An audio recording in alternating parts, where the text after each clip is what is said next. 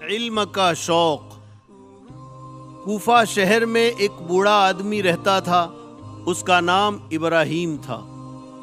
بوڑھا ابراہیم محنت مزدوری کرتا تھا، اس کی بیوی سوت کاٹ کر کچھ کماتی۔ ان دونوں کی کمائی اتنی بھی نہ ہوتی کہ گھر والے پیٹ بھر کر کھانا کھا سکیں۔ اس بوڑھے ابراہیم کا ایک لڑکا تھا، لڑکے کا نام یعقوب تھا۔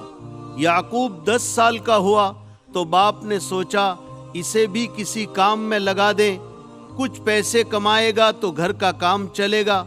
چنانچہ ابراہیم نے اپنے اس خیال کو بیوی کے سامنے ظاہر کیا۔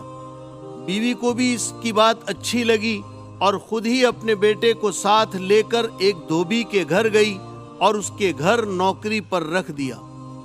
یعقوب نوکر ہو گیا، مگر اس کا دل کام میں نہ لگتا تھا۔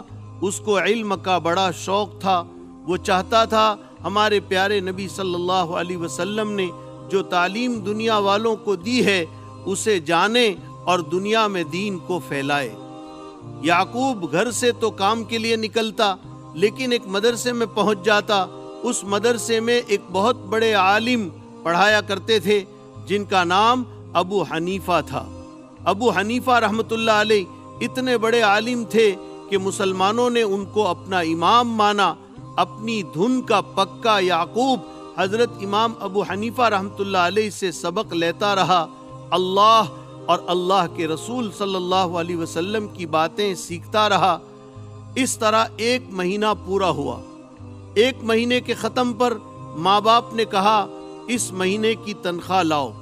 یعقوب تنخواہ کہاں سے لاتا؟ وہ تو دھوبی کے گھر گیا ہی نہ تھا۔ آخر حقیقت کھل گئی۔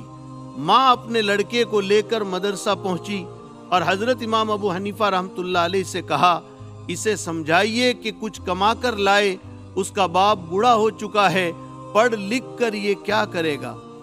امام ابو حنیفہ رحمۃ اللہ علیہ مسکرائے اور کہا بڑی بھی، تو اسے روکھی سوکھی روٹیاں کھلانا چاہتی ہے اور یہ بادام اور پستے کا بنا ہوا فالودہ کھانا چاہتا ہے، یعنی یہ بڑا آدمی بننا چاہتا ہے اور تو اسے چھوٹا آدمی بنانا چاہتی ہے۔